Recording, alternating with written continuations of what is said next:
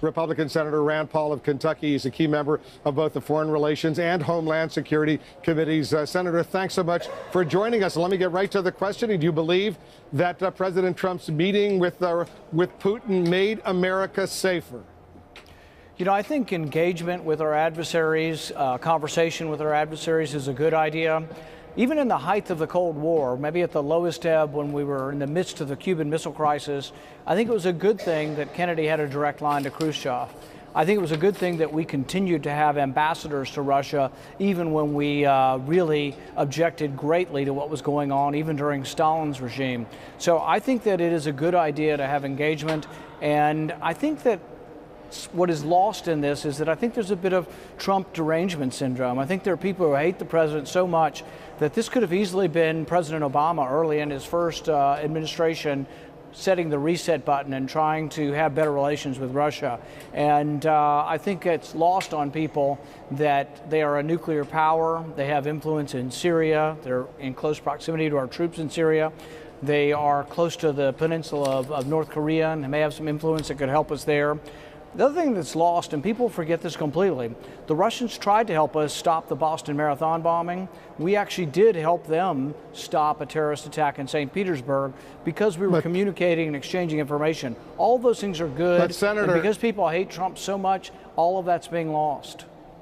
It's not a matter of hating President Trump. It's a matter of what he did today, what he said today. He met with President Putin, as you know, for more than 2 hours. Unlike other presidents, especially on foreign soil, he blamed the United States for the bad relationship with Russia. He declined to back his own intelligence community for its assessment. He declined to support the U.S. law enforcement community, including the Justice Department. He continues, Senator, he continues to call, hold on a second, he continues to call the news media a free press in the United States, the enemy of the American people. He says the European Union I think I would is a put this foe. in perspective. Has any other Senator, has any other president in American history done anything like that? But I think I would put this in perspective. So, for example, when you look at the intelligence community, the most recent leaders of the intelligence community, James Clapper and John Brennan. James Clapper perjured himself before the Senate and lied. I'm talking about Dan Coates, the current director of national intelligence, who had to issue a state. Senator, I'm not talking about much of an interview, Wolf. If you're going to interrupt me on every question, Wolf, we can't really have an interview. No, I just want to be precise. If you want to have an interview, you got to let me answer the question. It's Dan Coates and Mike Pompeo. You're usually better than this, Wolf, at doing an interview. You need to allow the respondent to respond. It does matter who was in charge of the intelligence. It does matter because they started up some of this and ginned up this whole thing that have gone after the president saying he's committed collusion with Russia. No evidence of that, and it continues to go on. Who are the people that started this? James Clapper, who lied to the Senate, said they weren't collecting our information, and yet they were collecting all of our information and housing it in Utah. John Brennan has now accused, let me finish. John Brennan has now accused the president of treason.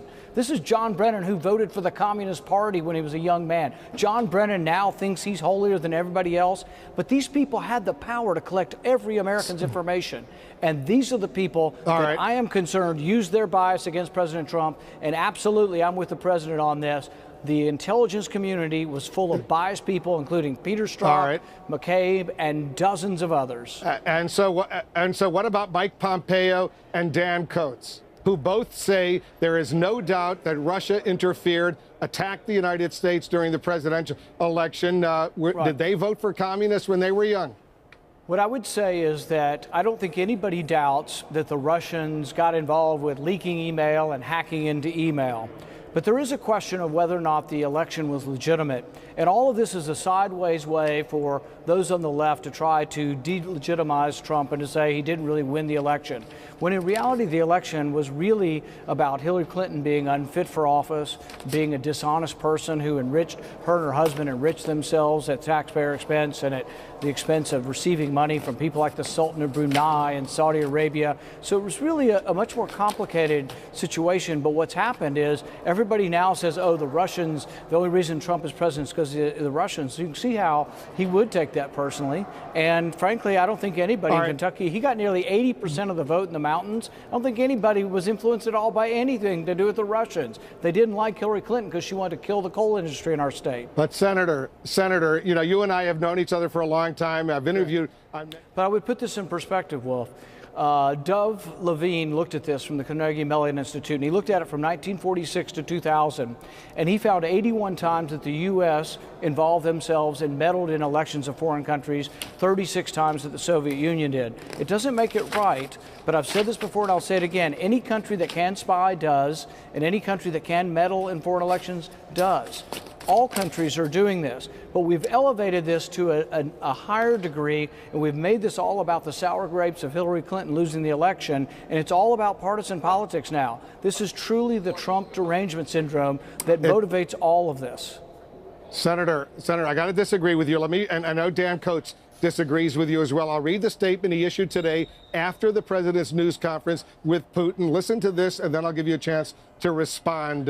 We have been clear in our assessments of Russian meddling in the 2016 election and their ongoing pervasive efforts to undermine our democracy, and we will continue to provide unvarnished and objective intelligence in support of our national security. Go ahead and respond to your former colleague.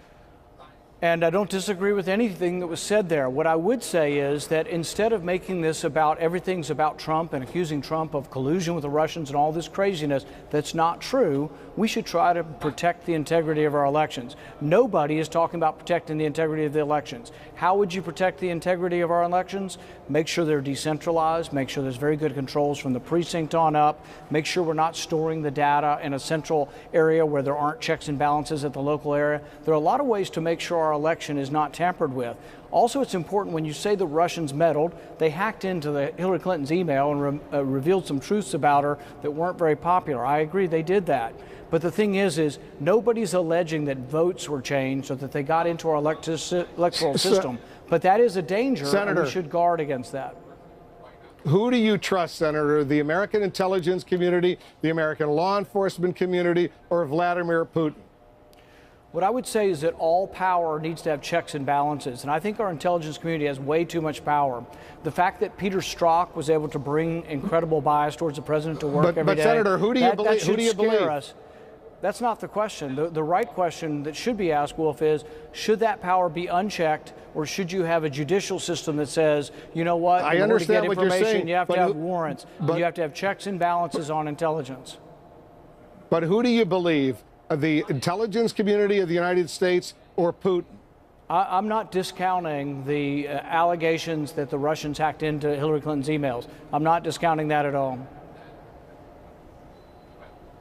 So why don't you just say you believe in the intelligence community, the law enforcement, you accept their assessments and move on? Let me read to you a tweet that Newt Gingrich, the former speaker, just put out, and I'll read it to you right now. President Trump must clarify his statements in Helsinki on our intelligence system, and Putin, it is the most serious mistake of his presidency and must be corrected immediately. Do you agree with Gingrich?